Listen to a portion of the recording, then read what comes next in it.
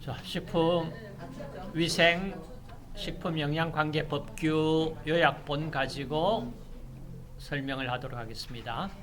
식품위생법, 학교급식법, 기타 관계법규에 국민건강증진법, 국민영양관리법, 농수산물 원산지 표시에 관한 법률, 식품 등 표시 광고에 관한 법률, 자, 이 요약본입니다. 자, 우선 보시면은 지금 관계된 법령이 꽤 많습니다. 그래서 너무나 세부적인 부분에 문제가 출제된다면은 답을 정확하게 맞추기가 조금 어려울 수 있습니다만은 그 5답 가지 중에 적어도 한 2-3개는 아니다 그러는 답을 걸러낸다면은 정답을 맞출 확률이 올라가니까요. 꼭 이렇게 세부적인 문항들이 한두 문항은 포함이 되어 있습니다. 그러니까 그 문항 못 맞췄다라고 너무 실망하지 마시고 적어도 저는 60% 이상은 최소한 여러분 맞출 수 있다라고 생각을 합니다. 그러니까 자, 요약본을 보시고 동영상 같이 보시면서 정리하도록 하겠습니다.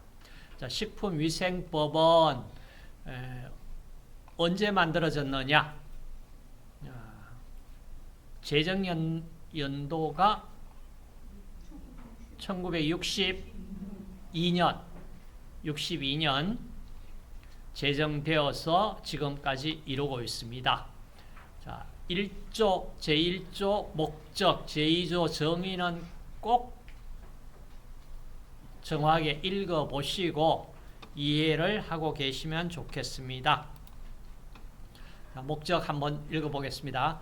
자, 식품으로 인하여 생기는 위생상의 위해를 방지하고 위해라는 용어가 나옵니다.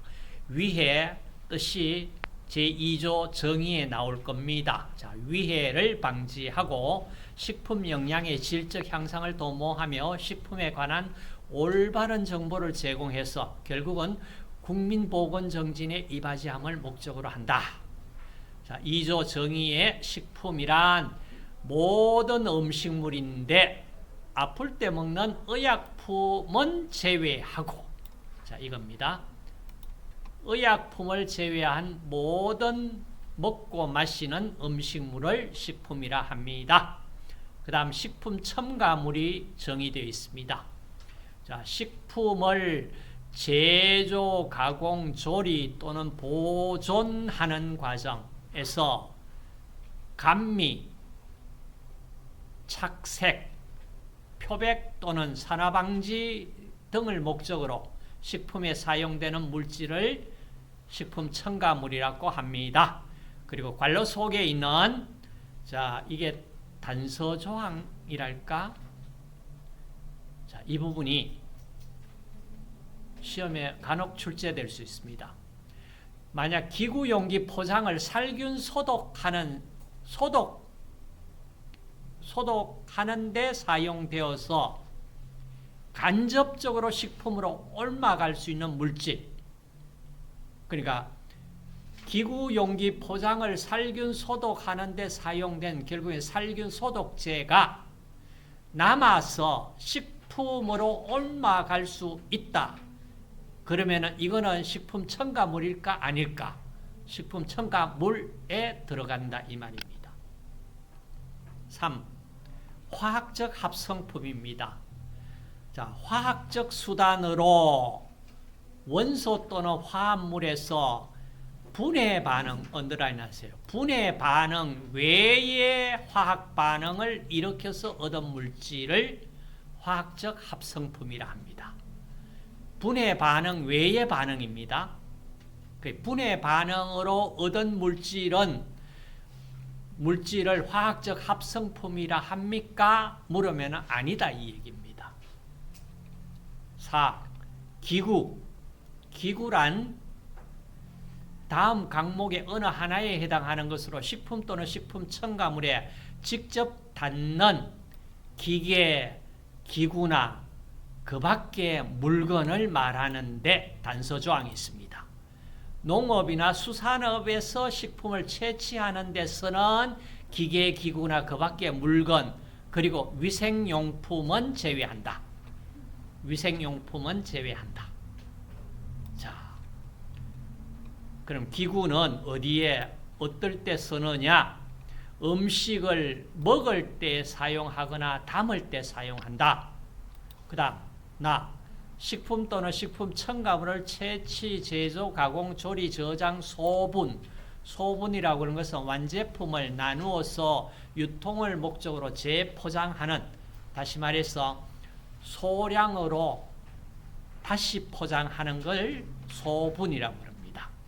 소분, 운반, 진열할 때 사용하는 것. 5. 용기 포장. 자, 용기 포장은 식품이나 식품 첨가물을 넣거나 사가지고 누구에게, 다른 사람에게 건넬 때 함께 건네주는 물품을 용기 포장이라 합니다. 그 다음 5의 2, 공유주방이라는 용어가 법에 정의되어 있습니다. 공유주방, 자, 식품의 제조, 가공, 조리, 저장, 소분, 운반에 필요한 시설 또는 기계, 기구 등을 여러 영업자가 함께 사용하거나 여러 영업자가 공유, 함께 사용하거나 동일한 영업자가 여러 종류 영업에 사용할 수 있는 시설, 기계, 기구 등이 갖춰진 장소를 공유주방이라고 이름을 부릅니다. 다음, 위해입니다. 위해란 인체의 건강을 해치거나 해칠 우려가 있는 것을 말합니다. 자, 그런데 어디에서? 식품이나 식품 첨가물, 기구 또는 용기 포장에 존재하는 위험 요소로서 위험 요소가 인체의 건강을 해치거나 해칠 우려가 있는 것을 위해라고 합니다. 그러니까 위해와 비슷한 유해가 있습니다. 유해는 식품위생법에 지금 유해는 정의가 되어 있지 않습니다. 유해는 글자 그대로 어떤 인체의 건강을 해칠 수 있는 어떤 물질, 뭐 독성이라든지 이런 걸 가지고 있는 그 상태를 유해라고 그래요. 그런데 위해는 이제 인체에 미칠 우려가 있는 상태를 위해라고 얘기를 합니다. 그러니까 유해한 물질이 인체에 얼마나 해를 입히느냐, 그 입히는 정도를 위해라고 용어를 법에서 정의하겠다. 9. 영업입니다. 자, 영업. 자, 영업은 식품 또는 식품 첨가물 등을 채취, 제조, 가공, 조리, 저장, 소분, 운반 또는 판매하거나 기구 또는 용기 포장을 제조, 운반, 판매하는 업, 괄호 열고 제외사항이 있습니다. 보세요. 농업과 수산업에 속하는 식품 채취업은 제외한다. 자, 이하 2호에서 식품 제조업 등이라고 이름을 부르겠습니다. 자, 이 경우 공유주방을 운영하는 업과 공유주방에서 식품 제조업 등을 영위하는 업도 영업에 포함된다. 영업. 그러면 이제 영업자라는 법에서 정의하는 영업자가 뭐냐? 법에 따라서 영업 허가를 받은 사람이나 아니면은 영업 신고를 한 사람이나 영업 등록을 한 사람을 영업자라고 이름을 부릅니다. 자, 영업자. 그럼 이제 영업자는 적어도 허가를 받든지 신고를 하든지 아니면은 등록을 하든지 해야 된다. 이 얘기입니다. 11. 식품위생이란 식품 첨가물, 기구 또는 용기 포장을 대상으로 하는 음식에 관한 위생을 식품위생이라 합니다. 다음, 집단급식소 용어가 나옵니다. 단체급식소라는 용어는 없습니다.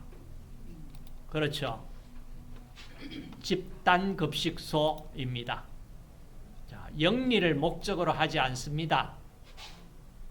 특정 다수인에게 계속해서 음식물을 공급하는 기숙사, 학교, 유치원, 어린이집, 병원, 사회복지시설, 산업체, 국가지방자치단체 및 공공기관, 그 밖에 유치원, 어린이 등의 급식시설을 집단급식소라 이름을 부릅니다.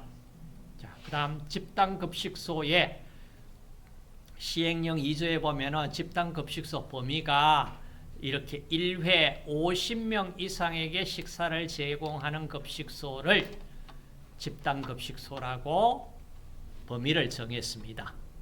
자, 그러면은 집단급식소란 다시 말해서 어떻게 다시 정리를 할 수 있냐 이겁니다. 첫째, 영리를 목적으로 하지 않아야 됩니다. 그 다음, 특정 다수인에게 계속해서 음식물을 공급합니다. 1회 50명 이상에게 식사를 제공하는 급식소이다. 자, 이렇게 정리를 하면 되겠습니다.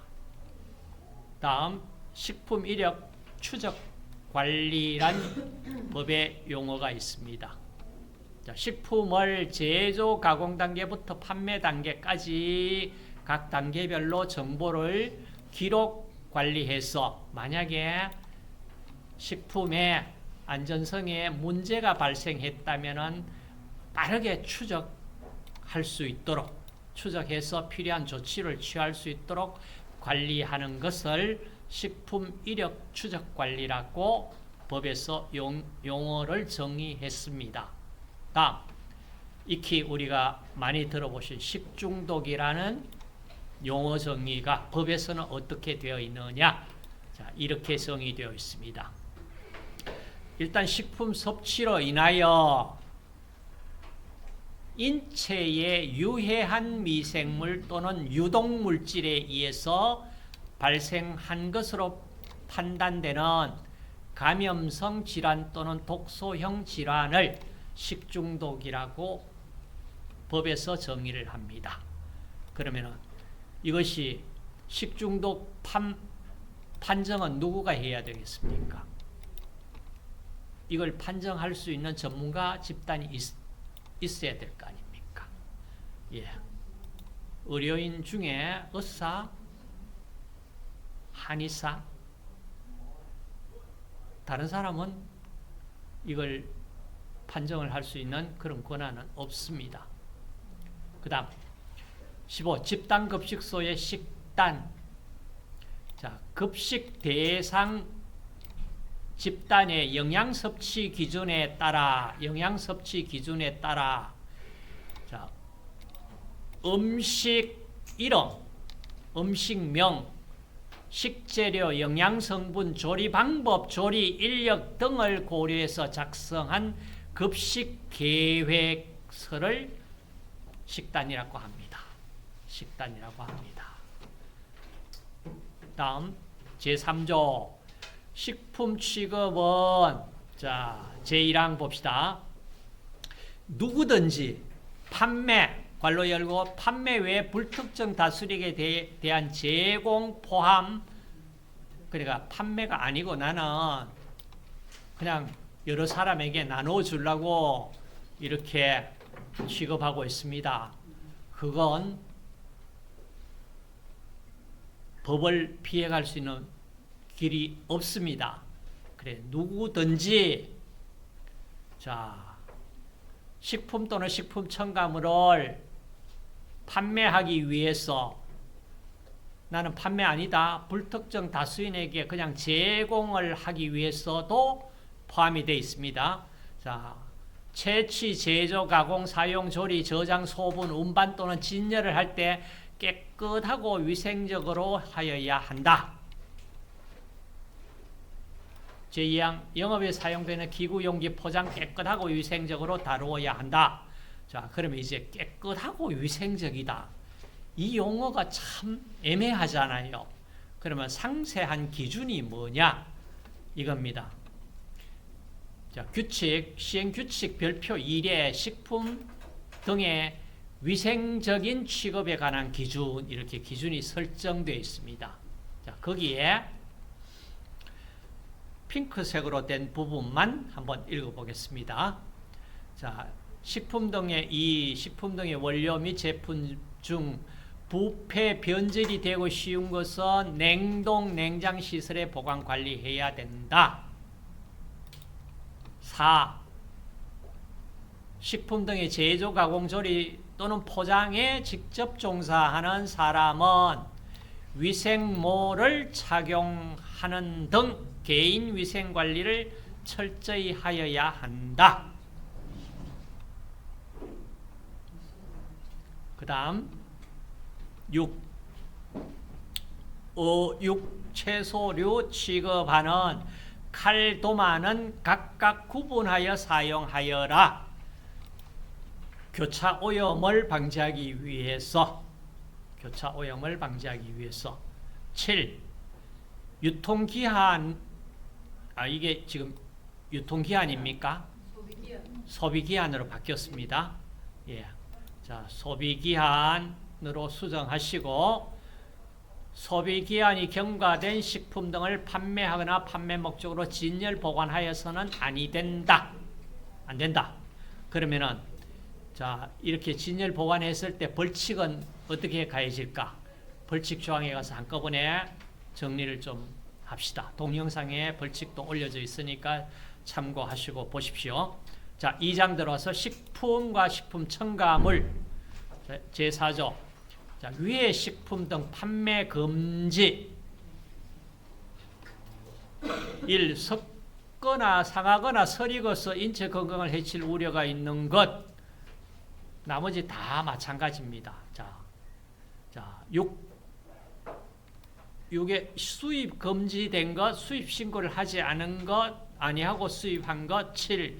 영업자가 아닌 자가 제조, 가공, 소분한 것. 자, 여기까지.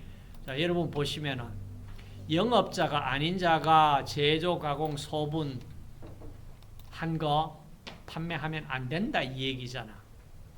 그렇죠? 이거 그대로 다 적용이 됩니까? 잘못하면 전 국민을 범법자 만들 수 있잖아. 그죠? 자, 규칙 3조에 판매 등이 허용되는 식품. 자, 유독 유해 물질이 들어있거나 묻어있는 식품 또는 그러할 염려가 있는 식품 등으로 인체 건강을 해칠 우려가 없다고. 자, 인체 건강을 해칠 우려가 없다고 식약처장이 인정하여 판매 등이 가능한 것, 판매할 수 있다 이 말입니다. 자, 1. 식품 등 제조 가공에 관한 기준 및 성분에 관한 규격에 적합한 것. 자, 다시 말해서 성분에 관한 규격. 규격은 뭐에 대한 규격이냐 하면 성분에 대한 규격입니다. 자, 성분 규격 이렇게 기억을 좀 하시고, 기준이라고 하는 건 무슨 기준이냐 하면은 식품 등 제조 가공에 관한 기준입니다. 성분 기준 나올 때, 기준 규격이 나올 때, 규격은 성분에 대한 규격이다. 기준은 식품 제조, 가공, 보관, 등등에 대한 기준입니다. 그래서 기준과 규격 항상 나옵니다. 자, 2. 식품 등의 기준 및 규격이 정해지지 아니한 것은 판매하면 안 되잖아요. 그럼 판매하려면은, 자, 식약처장이 식품위생심의위원회 심의를 거쳐 유해 정도가 인체 건강을 해칠 우려가 없다고 인정하면은 판매해도 된다 이 말입니다. 제5조 병든 동물 고기 판매 당연히 금지되겠죠. 자, 그러면은 규칙 4조에 판매 등 금지되어 있는 병든 동물 고기는 어떤 고기이냐? 자, 거기에 대한 내용이 자, 축산물 위생관리법 시행 규칙에 따라 도축이 금지된 가축 전염병, 이건 도축 금지된 가축 전염병, 병든 판매 금지, 당연히 판매 금지. 그 다음 2. 자, 이건 좀 기억을 합시다. 자, 리스테리아, 살모넬라, 파스투엘라 및 선모충. 자, 이거 도축 금지된 전염병 플러스 이거. 자, 그 다음 제6조에 기준 규격 나오죠. 성분에 대한 규격. 기준 규격이 정해지지 아니한 화학적 합성품 등은 당연히 판매 금지해야 됩니다. 여기도 마찬가지. 그 다음 제7조 식품 또는 식품 첨가물에 관한 기준 규격. 식품, 자, 식약처장은 국민보건을 위해서 필요하면 판매를 목적으로 하는 식품 또는 식품 첨가물에 관한 다음 각호 사항을 정하여 고시한다. 그래, 식약처장이 식품 또는 식품 첨가물에 대해 가지고 이 기준 규격을 정해서 고시해라 이 말입니다. 제조, 가공, 사용, 조리, 보존 방법에 관한 기준, 성분에 관한 규격. 자, 식약처장이 정해서 고시해라. 자, 여기에 규칙 5조에 만약 식품 등의 한시적 기준 규격을 인정을 하려면은 기존에 뭐 기준이나 규격이 없는 경우에 한시적으로 이와 같은 기준 규격을 인정받으려면은 자, 어떻게 해야 되냐? 한시적으로 제조, 가공 등에 관한 기준과 성분에 관한 규격을 인정받을 수 있는 식품은 첫째, 원료로만 사용되는 경우에 해당된다. 자, 국내에서 새로 원료로 사용하려는 농산물, 축산물, 수산물 등, 농산물, 축산물, 수산물 등으로부터 자, 추출, 농축, 분리. 추출, 농축, 분리. 이거는 그냥 물리적인 어떤 변화만 준 것이지 화학적 변화를 주지는 않았어요. 그렇기 때문에 자, 추출, 농축, 분리 등 방법으로 얻은 것으로 식품으로 사용하려는 원료. 자, 그 다음 이 식품 첨가물은 개별 기준 또는 규격이 정해지지 아니한 식품 첨가물, 3기구, 용기, 포장, 개별 기준 규격이 고시되지 아니한 식품 및 식품 첨가물에 관해 사용되는 기구 또는 용기, 포장. 자, 이런 것들을 누구가 한시적으로 식약처장이 한시적으로 인정해 줄 수 있는 법적 근거가 있다 이 말입니다. 그 다음 식품 등 기준 규격 관리를 5년마다 수립해서 추진해라. 누구가? 식약처장이 하는데 식약처장 혼자 단독으로 하는 게 아니고 식약처장이 관계 중앙행정기관장과 협의하고 또 심의위원회 심의를 거쳐가지고 5년마다 식품 등에 대한 기준 규격을 관리해라 이 말입니다. 다음 제3장 기구용기 포장입니다. 제8조에 유독기구 등 판매 사용 금지 당연하겠죠. 9조 기구용기 포장에 관한 기준 규격. 식품 첨가물에만 기준 규격이 있는 것이 아니고 기구용기 포장에도 기준 규격이 있습니다. 자, 기준 규격 누구가 만든다? 식약처장이 만듭니다. 만들어서 자, 이렇게 고시합니다.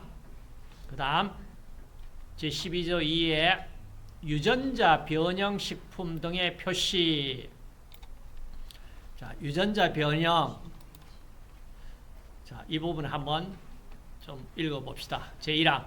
다음 각호 어느 하나에 해당하는 생명공학 기술을 활용하여 재배, 육성된 농산물, 축산물, 수산물 등을 원재료로 하여 제조 가공한 식품 또는 식품 첨가물 괄호 열고 이하 유전자 변형 식품으로 유전자 변형 식품 등 이렇게 이름을 부릅니다. 자, 여기에는 유전자 변형 식품임을 표시해야 한다. 표시해라. 다만 단서조항입니다. 제조 가공 후에 유전자 변형 DNA 또는 유전자 변형 단백질이 남아있는 유전자 변형 식품 등에 한정한다. 다시 말해서 DNA나 어떤 유전자 변형시켰는 어떤 결과 단백질이 그 식품에 남아있는 경우에 표시를 해라 이 말입니다.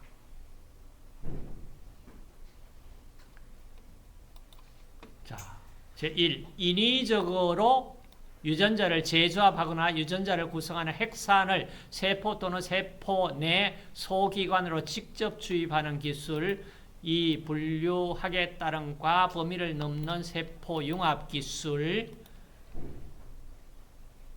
제2항 유전자 변형 등 표시가 없으면 판매하거나 판매할 목적으로 수입, 진열, 운반하거나 영업에 사용하여서는 아니 된다. 그 다음 표시 의무자, 표시 대상, 표시 방법 등에 필요한 사항은 식약처장이 정한다. 자, 유전자 변형된 식품이라는 걸 표시를 해야 된다.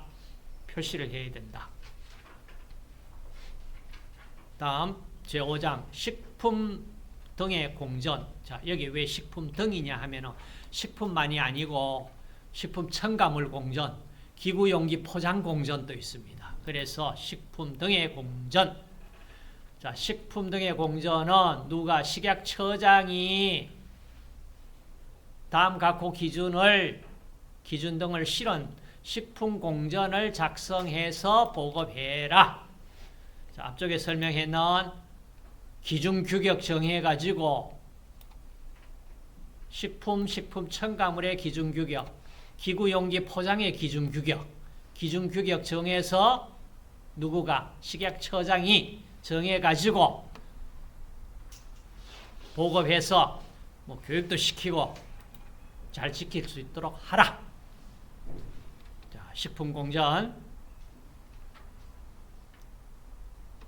다음 제6장 검사 등. 자, 16조에 소비자 등의 위생검사 등 요청을 할 수 있다. 다시 말해서 소비자 등이 자, 제1항에 식약처장 대통령령으로 정하는 그 소속 기관의 장을 포함한다. 이하 조와 같다. 시도지사, 시장, 군수, 구청장은 대통령령으로 정하는 일정 수 이상의 소비자. 자, 소비자, 일정 수 이상의 소비자. 소비자 몇 명 이상일까? 그 다음에 소비자 단체 또는 식품의약품 분야 시험검사 등에 관한 법률에 따라 가지고 여기에 시험검사기관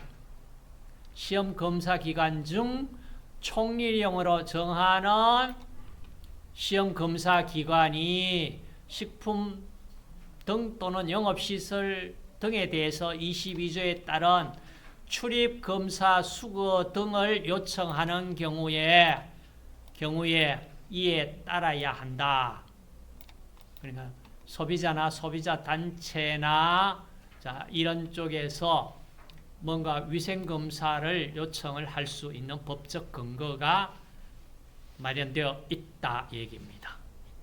자, 그래서 이제 영규칙에도 보시면은 좀 소비자 등이 위생 검사를 요청할 때 이때 16조 1항 각호 외의 부분 본문에서 대통령령으로 정하는 소속 기관의 장이란 누구를 얘기하냐 하면은 지방식약처청장을 얘기를 합니다.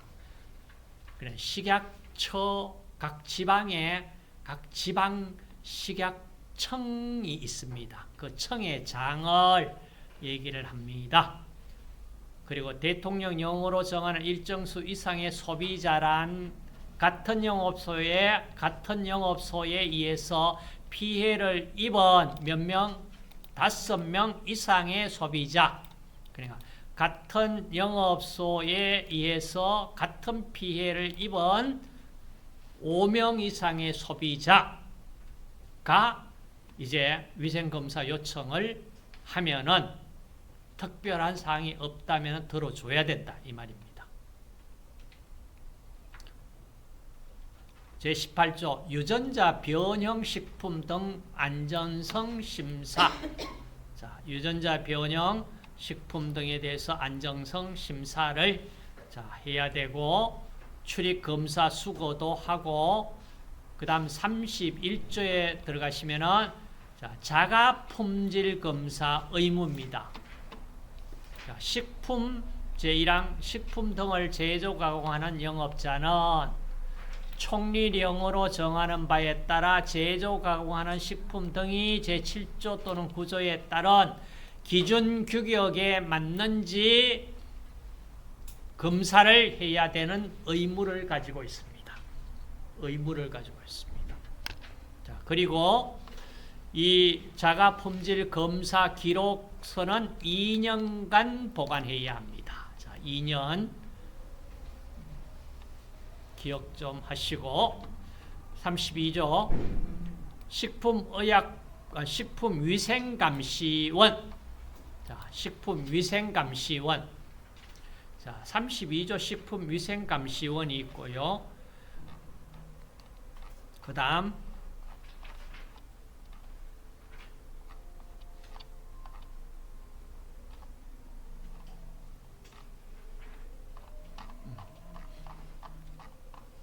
식품위생감시원.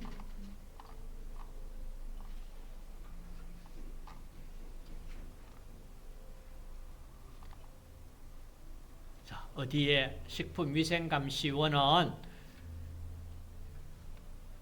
제22조 1항에 따른 관계 공무원의 직무와 그 밖의 식품위생에 관한 지도 등을 하기 위해 공무원입니다. 식품위생감시원, 식약처장, 특특시군 구청장은 식품위생감시원을 둔다. 자, 공무원입니다. 자, 식품위생감시원의 자격 임명은 당연히 대통령령으로 정하는 소속기관이란 지방식약청을 말한다.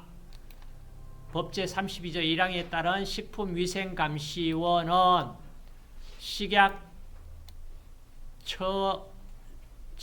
식약처장이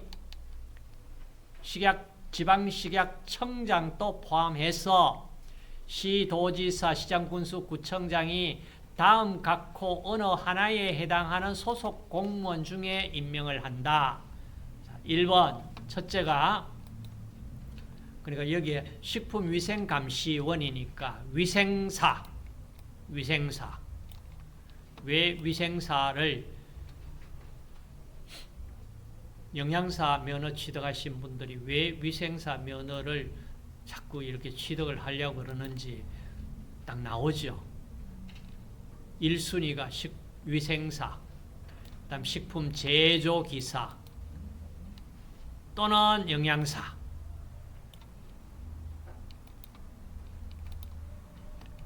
이 대학 또는 전문대학에서 이런 전공을 한 사람, 그다음 외국에서 위생사 뭐 등, 자, 이런 사람 중에 없다면은 1년 이상 식품위생행정에 관한 사무에 종사한 경험이 있는 사람, 자, 이런 사람들까지 식품위생감시원으로 임명할 수 있다. 그 다음, 자, 여기 또 시간수가 나옵니다. 자, 식품위생감시원의 교육시간은 제1항에 따른 식품위생감시원은 영제 17조 2에 따라 매년 7시간 이상 식품위생감시원 직무교육을 받아야 한다. 다만 식품위생감시원으로 임명된 최초 해에는 21시간 이상을 받아야 한다. 이 21시간 이상 7시간, 매년 7시간 이상 받아야 한다. 그리고 이 직무교육 내용에는 이런 내용을 포함한다. 1. 식품안전법령에 관한 사항. 2. 식품 등의 기준 규격에 관한 사항. 영제 17조에 따른 식품위생감시원 직무에 관한 사항. 그 밖에 필요한 사항. 자, 이렇게 되어 있습니다. 자, 여기까지 하고 브레이크 타임.